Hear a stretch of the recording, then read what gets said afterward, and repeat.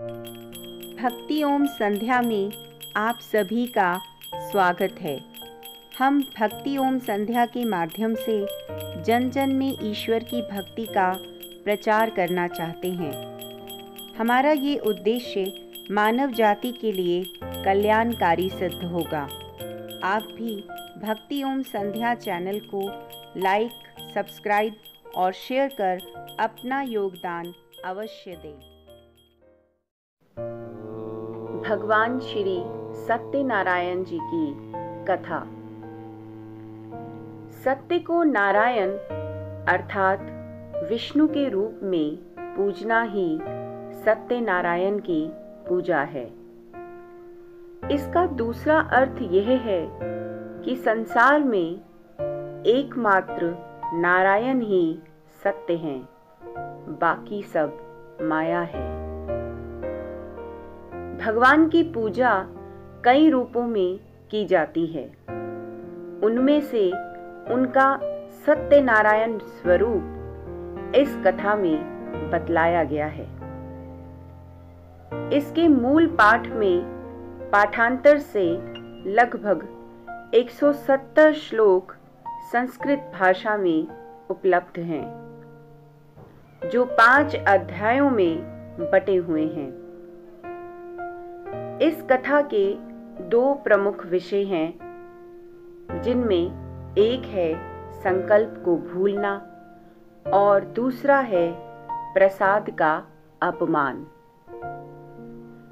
आज हम इस वीडियो में भगवान सत्यनारायण की कथा को हिंदी में सुनेंगे। आइए शुरू करते हैं भगवान सत्यनारायण जी की कथा।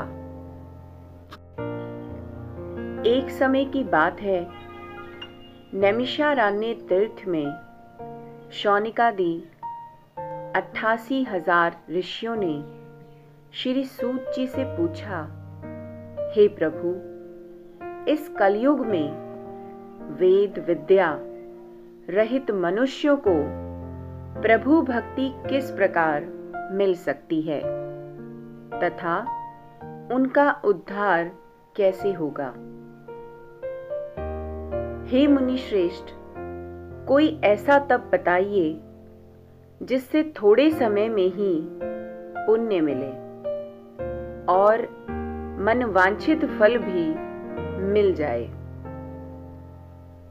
इस प्रकार की कथा सुनने की हम इच्छा रखते हैं।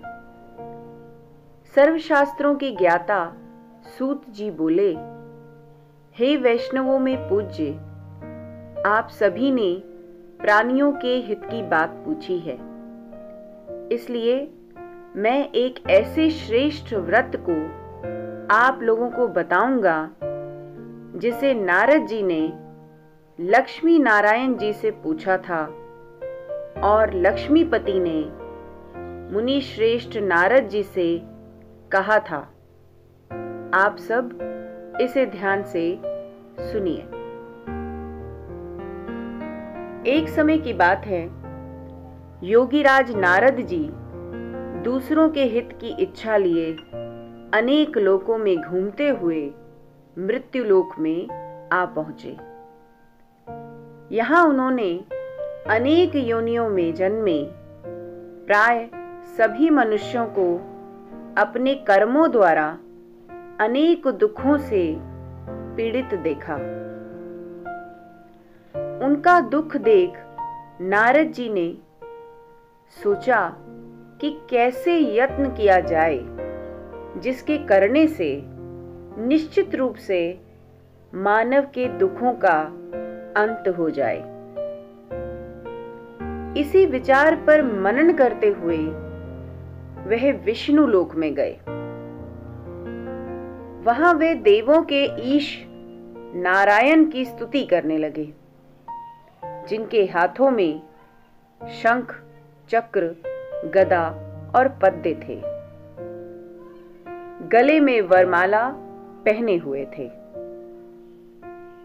स्तुति करते हुए नारद जी बोले, हे भगवान, आप अत्यंत शक्ति से संपन्न हैं। मन तथा वाणी भी आपको नहीं पा सकती है। आपका आदि, मध्य तथा अंत नहीं है। निर्गुण स्वरूप सृष्टि के कारण भक्तों के दुख को दूर करने वाले हैं। आपको मेरा नमस्कार है। नारद जी की स्तुति सुन विष्णु भगवान बोले, हे मुनि श्रेष्ठ, आपके मन में क्या बात है? आप किस काम के लिए पधारे हैं? उसे निसंकोच कहिए। इस पर नारद मुनि बोले कि मृत्युलोक में अनेक योनियों में जन्मे मनुष्य अपने कर्मों के द्वारा अनेक दुख से दुखी हो रहे हैं। हे नाथ, आप मुझ पर दया रखते हैं तो बतलाइए कि वो मनुष्य थोड़े प्रयास से ही अपने दुखों से कैसे छुटकारा पा सकते हैं। श्री हरि बोले, हे नारद, मनुष्यों की भलाई के लिए तुमने बहुत अच्छी बात पूछी है, जिसके करने से मनुष्य मोह से छूट जाता है। वह बात मैं कहता हूं, उसे सुनो। स्वर्गलोक व मृत्युलोक दोनों में एक दुर्लभ उत्तम व्रत है जो पुण्य देने वाला है। आज प्रेमवश होकर मैं उसे तुमसे कहता हूं।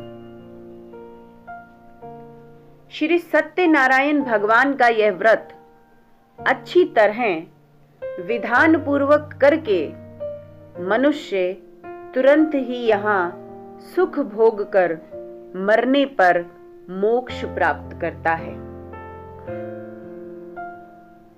श्री हरि के वचन सुन नारद जी बोले कि उस व्रत का फल क्या है और उसका विधान क्या है।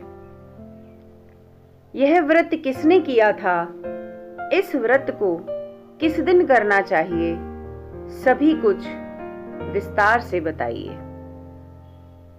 नारद की बात सुनकर श्री हरि बोले, दुख व शोक को दूर करने वाला यह सभी स्थानों पर विजय दिलाने वाला है।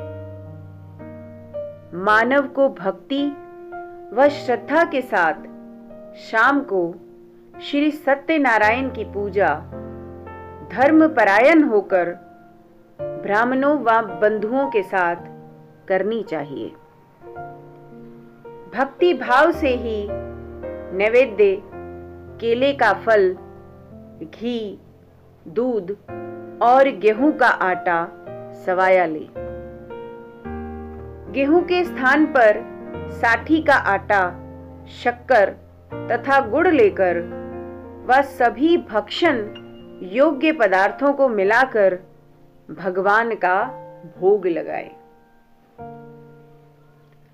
ब्राह्मणों सहित बंधु बांधवों को भी भोजन कराएं। उसके बाद स्वयं भोजन करें। भजन कीर्तन के साथ भगवान की भक्ति में लीन हो जाएं। इस तरह से सत्यनारायण भगवान का यह व्रत करने पर मनुष्य की सारी इच्छाएं निश्चित रूप से पूरी होती हैं।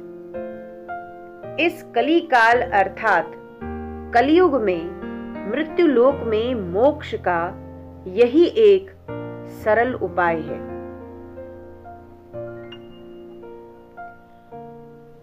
इति श्री सत्यनारायण व्रत कथा का प्रथम अध्याय संपूर्ण होता है।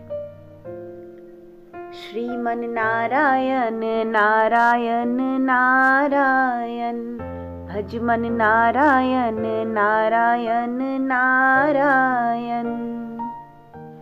श्री सत्यनारायण भगवान की जय।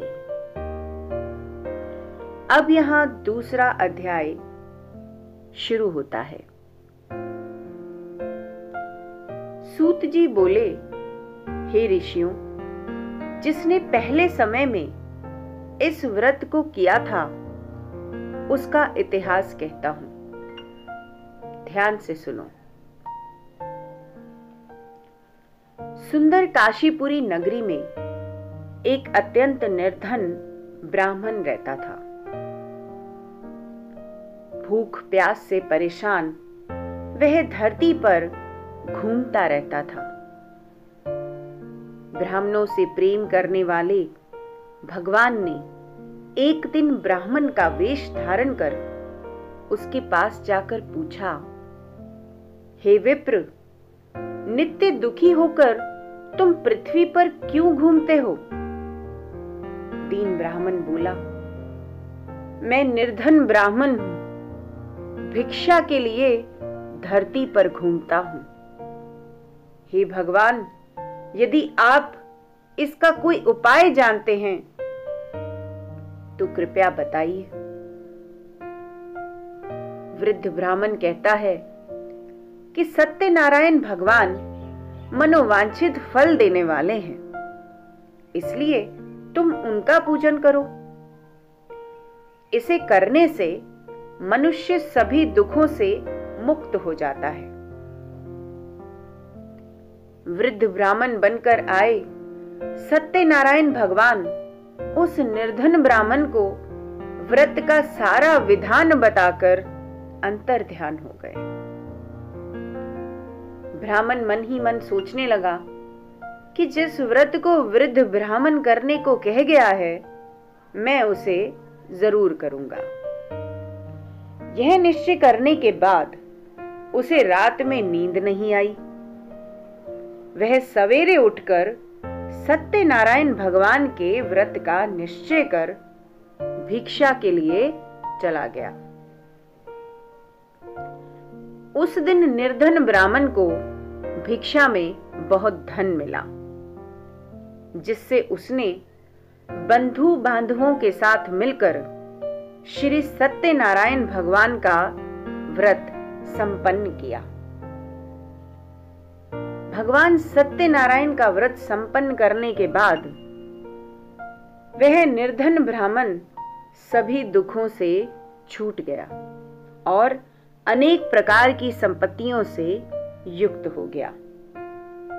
उसी समय से यह ब्राह्मण हर माह इस व्रत को करने लगा।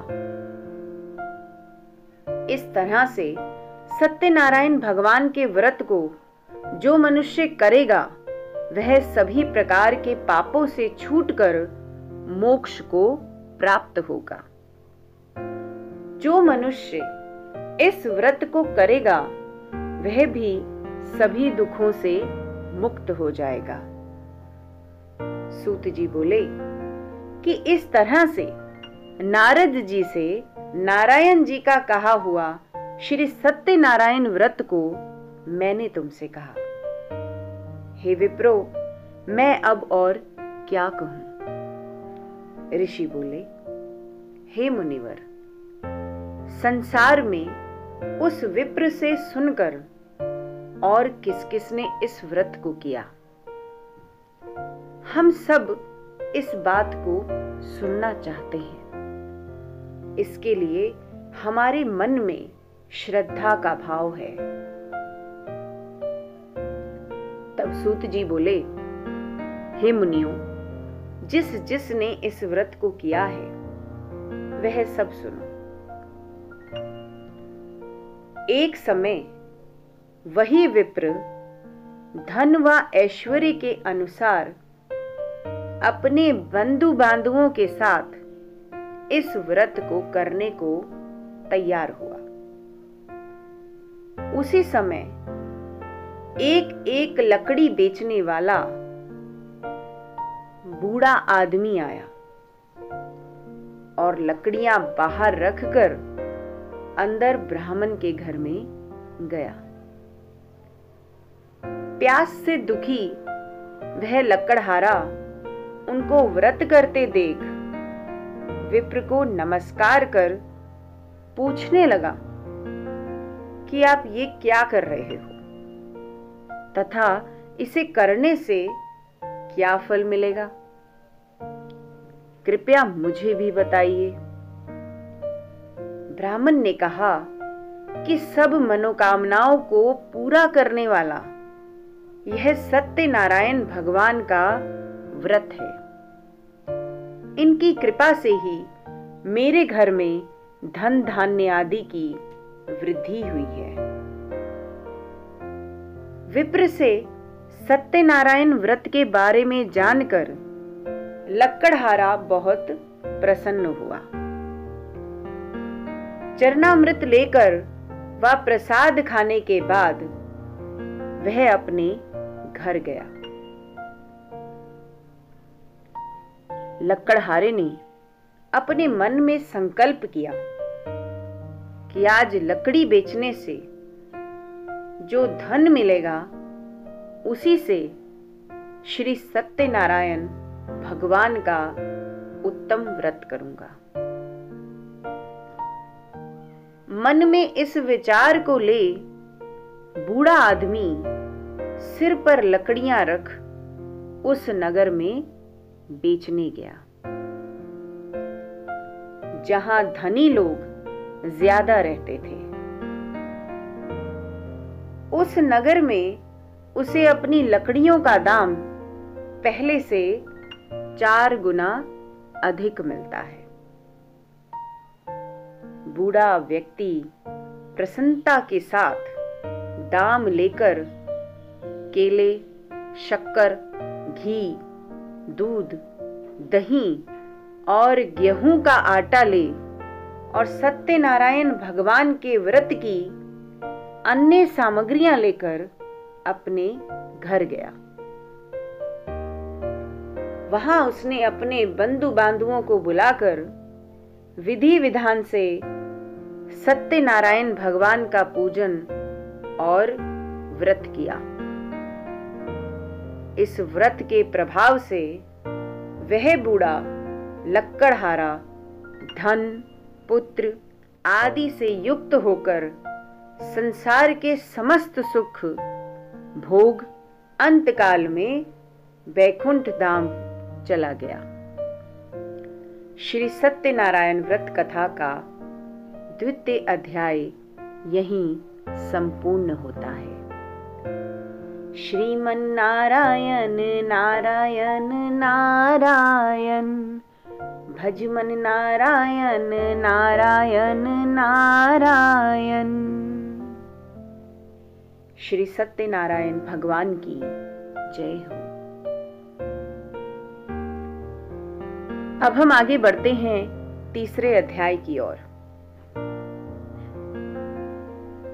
सूत जी बोले, हे श्रेष्ठ मुनियों, अब आगे की कथा कहता हूं। पहले समय में उल्कामुख नाम का एक बुद्धिमान राजा था। वह सत्यवक्ता और जितेंद्रिय था। प्रतिदिन देव स्थानों पर जाता और निर्धनों को धन देकर उनके कष्ट दूर करता था। उसकी पत्नी कमल के समान मुख वाली तथा सती साध्वी थी। भद्रशीला नदी के तट पर उन दोनों ने श्री सत्यनारायण भगवान का व्रत किया। उसी समय साधु नाम का एक वैश्य आया। उसके पास व्यापार करने के लिए बहुत सा धन भी था। राजा को व्रत करते देखकर वह विनय के साथ पूछने लगा, हे राजन, भक्ति भाव से पूर्ण होकर आप यह क्या कर रहे हैं? मैं सुनने की इच्छा रखता हूं, तो कृपा कर आप मुझे भी बताइए। राजा बोला, हे साधु, अपने बंधु बांधवों के साथ पुत्र आदि की प्राप्ति के लिए एक महाशक्तिमान श्री सत्यनारायण भगवान का व्रत व पूजन कर रहा हूं। राजा के वचन सुन साधु आदर से बोला, हे राजन, मुझे भी इस व्रत का सारा विधान कहिए। आपके कथा अनुसार मैं भी इस व्रत को करूंगा। मेरी भी कोई संतान नहीं है और इस व्रत को करने से निश्चित रूप से मुझे भी संतान की प्राप्ति होगी। राजा से व्रत का सारा विधान सुन व्यापार से निवृत्त हो वह अपने घर गया। साधु वैश्य ने अपनी पत्नी को संतान देने वाले इस व्रत का वर्णन कह सुनाया और कहा कि जब मेरी संतान होगी तब मैं इस व्रत को करूंगा। साधु ने इस तरह के वचन अपनी पत्नी लीलावती से कहे। एक दिन लीलावती पति के साथ आनंदित हो सांसारिक धर्म में प्रवृत्त होकर सत्यनारायण भगवान की कृपा से गर्भवती हो गई। 10वें महीने में उसके गर्भ से एक सुंदर कन्या ने जन्म लिया। दिनों दिन वह ऐसे बढ़ने लगी जैसे कि शुक्ल पक्ष का चंद्रमा बढ़ता है। माता पिता ने अपनी कन्या का नाम कलावती रखा। एक दिन लीलावती ने मीठे शब्दों में अपने पति को याद दिलाया कि आपने सत्यनारायण भगवान के जिस व्रत को करने का संकल्प किया था उसे करने का समय आ गया है। अब आप इस व्रत को करिए। साधु बोला कि हे प्रिय, इस व्रत को मैं उसके विवाह पर करूंगा। इस प्रकार अपनी पत्नी को आश्वासन देकर वह नगर को चला गया। कलावती पिता के घर में रहे वृद्धि को प्राप्त हो गई। साधु ने एक बार नगर में अपनी कन्या को सखियों के साथ देखा तो तुरंत ही दूत को बुलाया और कहा कि मेरी कन्या के योग्य वर देखकर आओ। साधु की बात सुनकर दूत कंचन नगर में पहुंचा और वहां देखभाल कर लड़की के सुयोग्य वानिक पुत्र को ले आया। सुयोग्य लड़के को देखकर साधु ने बंधु बांधवों को बुलाकर अपनी पुत्री का विवाह कर दिया। लेकिन दुर्भाग्य की बात ये कि साधु ने अभी भी श्री सत्यनारायण भगवान का व्रत नहीं किया। इस पर श्री भगवान क्रोधित हो गए और श्राप दे दिया कि साधु को अत्यधिक दुख मिले। अपने कार्य में कुशल साधु बनिया जमाई को लेकर समुद्र के पास स्थित होकर रत्नासारपुर नगर में गया। वहां जाकर दामाद और ससुर दोनों मिलकर चंद्रकेतु राजा के नगर में व्यापार करने लगे।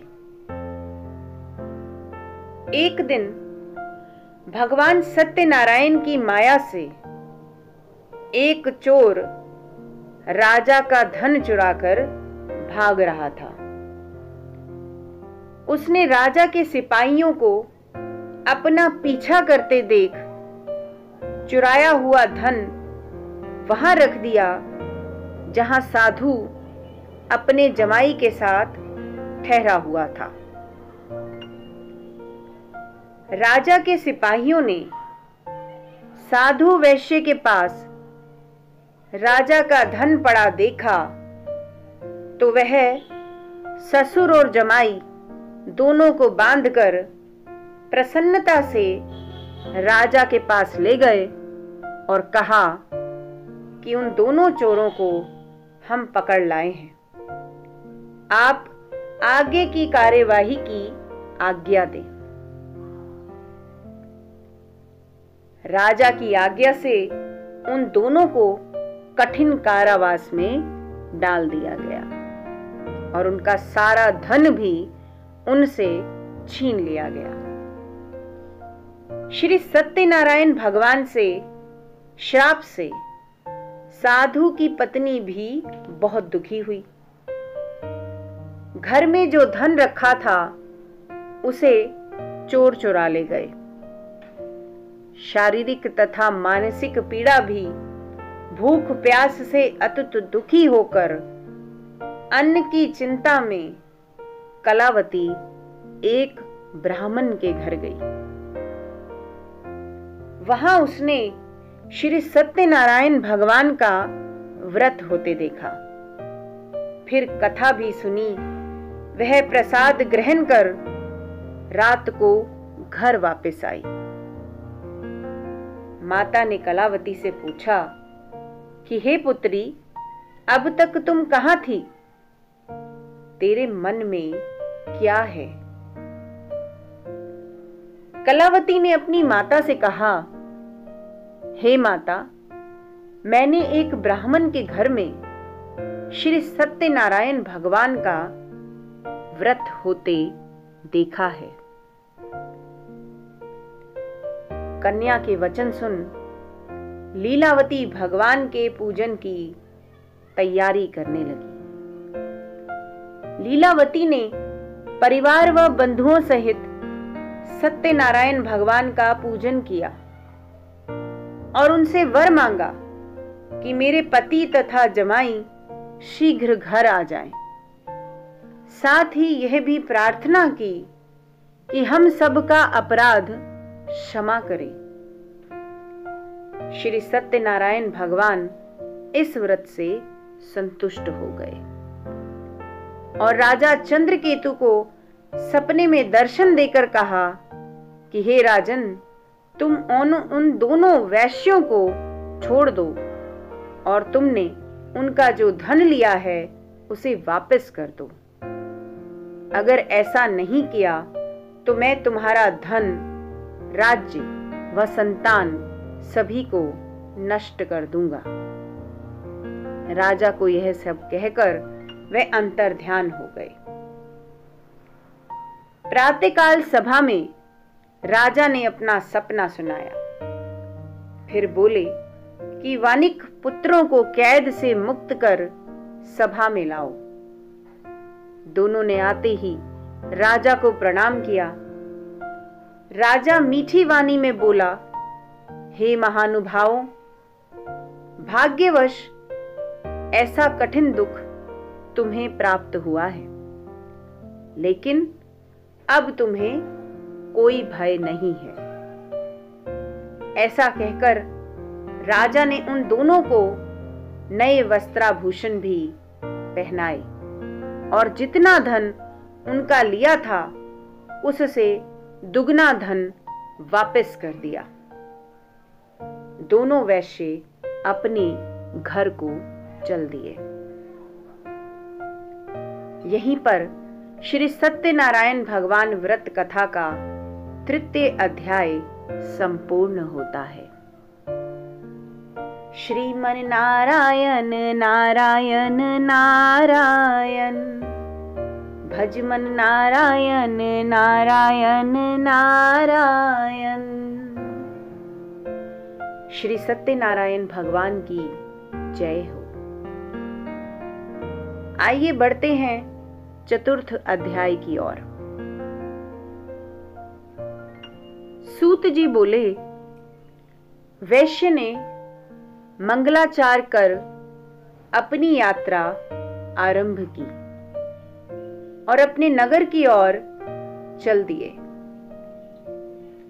उनके थोड़ी दूर जाने पर एक दंडी वेशधारी श्री सत्यनारायण ने उनसे पूछा, हे साधु, तेरी नाव में क्या है? अभिवानी वणिक हंसता हुआ बोला, हे दंडी, आप क्यों पूछते हो? क्या धन लेने की इच्छा है? मेरी नाव में तो बेल व पत्ते भरे हुए हैं। वैश्य के कठोर वचन सुन भगवान बोले, तुम्हारा वचन सत्य हो। दंडी ऐसे वचन कहे वहां से दूर चले गए। कुछ दूर जाकर समुद्र के किनारे बैठ गए। दंडी के जाने के बाद साधु वैश्य ने नित्य क्रिया के पश्चात नाव को ऊंची उठते देखकर अचंभा माना और नाव में बेल पत्ते आदि देखकर वह मूर्छित होकर जमीन पर गिर पड़ा। मूर्छा खुलने पर वह अत्यंत शोक में डूब गया। तब उसका दामाद बोला कि आप शोक न मनाएं, यह दंडी का शाप है, इसीलिए हमें उनकी शरण में जाना चाहिए, तभी हमारी मनोकामना पूरी होगी। दामाद की बात सुनकर वह दंडी के पास पहुंचा और अत्यंत भक्ति भाव नमस्कार करके बोला, मैंने आपसे जो जो असत्य वचन कहे थे उनके लिए मुझे क्षमा दे। ऐसा कहकर महान शोकातुर होकर रोने लगा। तब दंडी भगवान बोले, हे वणिक पुत्र, मेरी आज्ञा से बार बार तुम्हें दुख प्राप्त हुआ है। तू मेरी पूजा से विमुख हुआ। साधु बोला, हे भगवान, आपकी माया से ब्रह्मा आदि देवता भी आपके रूप को नहीं जानते, तब मैं अज्ञानी कैसे जान सकता हूं? आप कृपया प्रसन्न होइए। अब मैं सामर्थ्य के अनुसार आपकी पूजा अवश्य करूंगा। हे भगवान, मेरी रक्षा करो और पहले के समान नौका में धन भर दो। साधु वैश्य के भक्ति पूर्वक वचन सुनकर भगवान प्रसन्न हो गए और उसकी इच्छा अनुसार वरदान देकर अंतर्ध्यान हो गए। ससुर जमाई जब नाव पर आए तो नाव धन से भरी हुई थी। फिर वही अपने अन्य साथियों के साथ सत्यनारायण भगवान का पूजन कर अपने नगर को चल दिए। जब नगर के नजदीक पहुंचे तो दूत को घर पर खबर देने के लिए भेज दिया। दूत साधु की पत्नी को प्रणाम कर कहता है कि मालिक अपने दामाद सहित नगर के निकट आ गए हैं। दूत की बात सुन साधु की पत्नी लीलावती ने बड़े हर्ष के साथ सत्यनारायण भगवान का पूजन कर अपनी पुत्री कलावती से कहा कि मैं अपने पति के दर्शन को जाती हूं, तू कार्य पूरा करके शीघ्र आ जा। माता के ऐसे वचन सुन कलावती जल्दी में प्रसाद छोड़कर अपने पति के पास चली गई। प्रसाद की अवज्ञा के कारण श्री सत्यनारायण भगवान रुष्ट हो गए और नाव सहित उसके पति को पानी में डुबो दिया। कलावती अपने पति को वहां ना पाकर रोती हुई जमीन पर गिर गई। नौका को डूबा हुआ देख व कन्या को रोता देख साधु दुखी होकर बोला कि हे प्रभु, मुझसे और मेरे परिवार से जो भूल हुई है उसे क्षमा करें। साधु के दीन वचन सुनकर श्री सत्यनारायण भगवान प्रसन्न हो गए और आकाशवाणी हुई, हे साधु, तेरी कन्या मेरे प्रसाद को छोड़कर आई है, इसलिए उसका पति अदृश्य हो गया है। यदि वह घर जाकर प्रसाद खाकर लौटती है तो उसे उसका पति अवश्य मिलेगा। ऐसी आकाशवाणी सुन कलावती घर पहुंचकर प्रसाद खाती है और फिर आकर अपने पति के दर्शन करती है। उसके बाद साधु अपने बंधु बांधवों सहित श्री सत्यनारायण भगवान का विधि विधान से पूजन करता है। इस लोक का सुख भोग वह अंत में स्वर्ग को जाता है। श्री सत्यनारायण भगवान व्रत कथा का चतुर्थ अध्याय संपूर्ण होता है। श्रीमन नारायण नारायण नारायण, भज मन नारायण नारायण नारायण। श्री सत्यनारायण भगवान की जय हो। अब हम बढ़ते हैं श्री सत्यनारायण भगवान के 5वें अध्याय की ओर। सूत जी बोले, हे ऋषियों, मैं और भी एक कथा सुनाता हूं, उसे भी ध्यानपूर्वक सुनो। प्रजापालन में लीन तुंगध्वज नाम का एक राजा था। उसने भी भगवान का प्रसाद त्याग कर बहुत ही दुख सहन किया।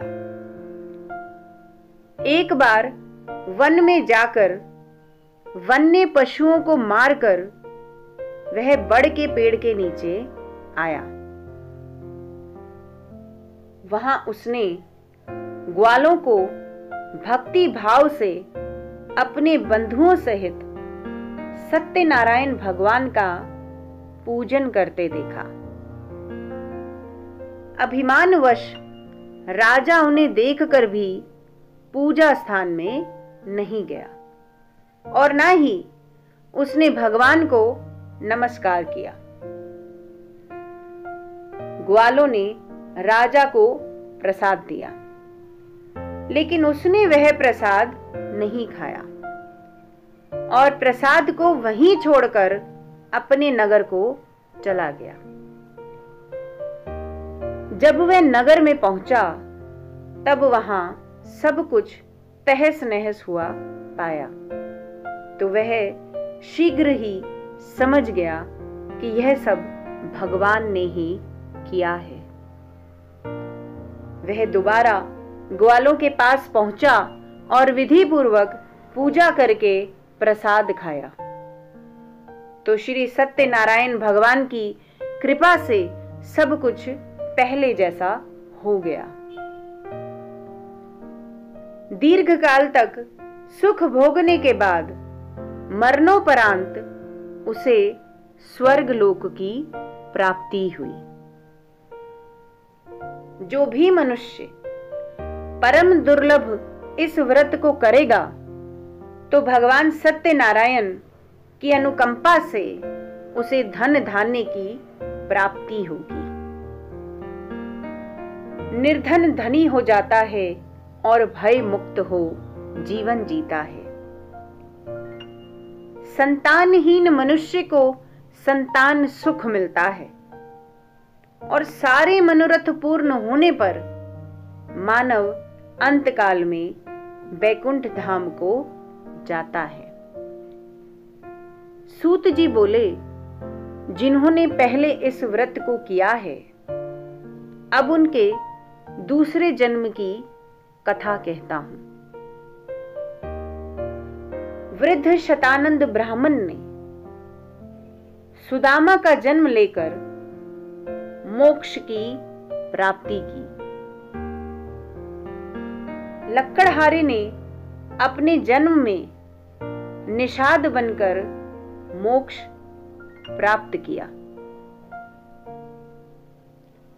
उल्कामुख नाम का राजा दशरथ होकर बैकुंठ को गए।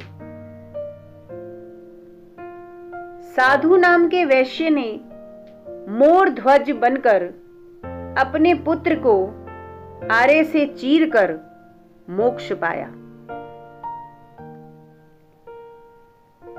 महाराज त्रिंगध्वज ने स्वयंभू होकर भगवान में भक्ति युक्त होकर कर्म कर मोक्ष पाया। श्री सत्यनारायण व्रत कथा का 5वां अध्याय संपूर्ण होता है। श्रीमन नारायण नारायण नारायण, भजमन नारायण नारायण नारायण। श्री सत्यनारायण भगवान की जय हो। सत्यनारायण व्रत का अनुष्ठान करके मनुष्य सभी दुखों से मुक्त हो जाता है। काली काल में सत्य की पूजा विशेष रूप से फलदायी होती है। सत्य के अनेक नाम हैं, यथा सत्यनारायण, सत्यदेव। सनातन सत्य रूपी विष्णु भगवान कलयुग में अनेक रूप धारण करके लोगों को मनोवांछित फल देंगे। आइए अब सुनते हैं श्री सत्यनारायण भगवान की आरती। जय लक्ष्मी रमना स्वामी, जय लक्ष्मी रमना। सत्यनारायण स्वामी, सत्यनारायण स्वामी, जन पातक हरना। जय लक्ष्मी रमना। रतन जड़ित सिंहासन, अद्भुत छवि राजे। स्वामी अद्भुत छवि राजे। नारद करत निराजन, नारद करत निराजन। घंटावन बाजे। जय लक्ष्मी रमना। प्रकट भये कलिकारन, द्विज को दरस दियो। स्वामी द्विज को दरस दियो। बूढ़ो ब्राह्मण बनकर, बूढ़ो ब्राह्मण बनकर, कंचन महल कियो। जय लक्ष्मी रमना। दुर्बल भील कठारो, जिन पर कृपा करी। स्वामी जिन पर कृपा करी।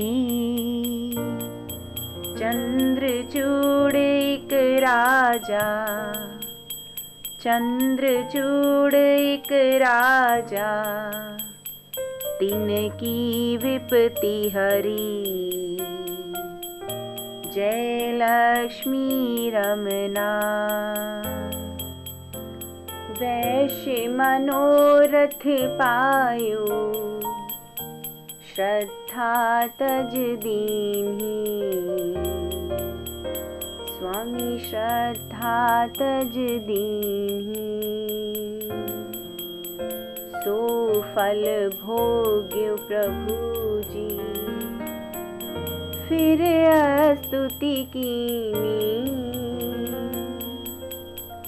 जय लक्ष्मी रमना। भाव भक्ति के कारण छिन छिन रूप धर्यो। स्वामी छिन छिन रूप धर्यो, श्रद्धा धारण कीनी। श्रद्धा धारण कीनी,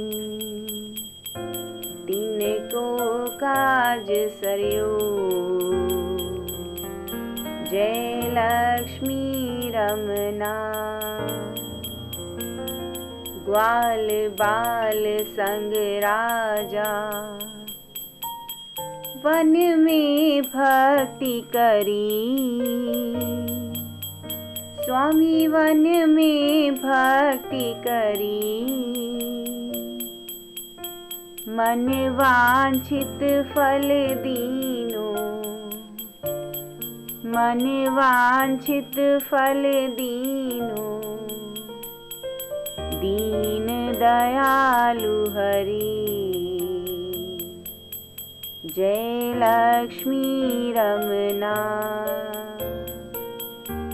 चढ़त प्रसाद सवायो, कदली फल मेवा। स्वामी कदली फल मेवा, धूप दीप तुलसी से। धूप दीप तुलसी से, राजी सत्य देवा। जय लक्ष्मी रमना। श्री सत्यनारायण जी की आरती, जो कोई नर गावे।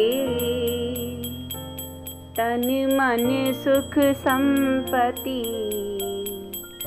मन वांछित फल पावे।